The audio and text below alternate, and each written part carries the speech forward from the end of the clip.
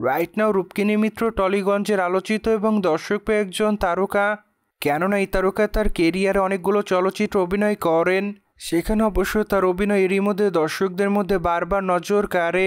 সুতরাং এই জন্য অবশ্য অতি অল্প সময় অনুরাগীদের মধ্যে আলোচনা এই তারকা। অন্যদিকে আগামীতে এই তারকাকে বুমেরাং চলচ্চিত্রে দেখবে তার অনুরাগীরা।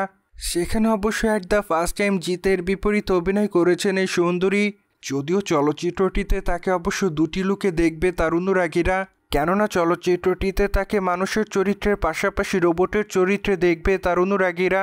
ঠিক এই জন্য অবশ্য ধারণা করা যায় চলচ্চিত্রটি অনুরাগীদের মধ্যে নজর কাড়বে।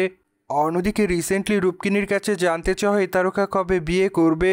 মূলত এই প্রশ্নের উত্তরে এই তারকা জানান যে যখন মিডিয়ার লোকজন তার কাছে জানতে চাবে না তিনি কবে বিয়ে করবেন, মূলত তখন অবশ্য এই তারকা তার বিয়ের কথা জানাবেন সকলকে। সেই সাথে এই তারকা আরও বলেন যে তার বাবা মা তার কাছে তার বিয়ের কথা জানতে চায় না, কিন্তু গণমাধ্যম কর্মীরা তার কাছে তার বিয়ের কথা বারবার জানতে চায়।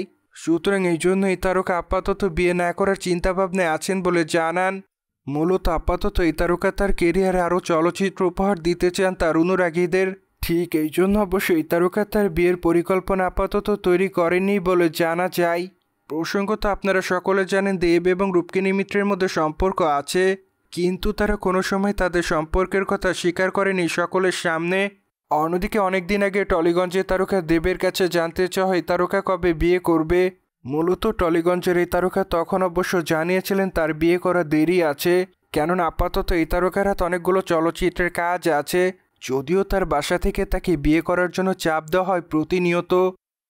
সুতরাং যাই হোক, জেনে তো নিলেন টলিগঞ্জের তারকা রূপকিনী মিত্র তার বিয়ের প্রসঙ্গে কী বলেছেন।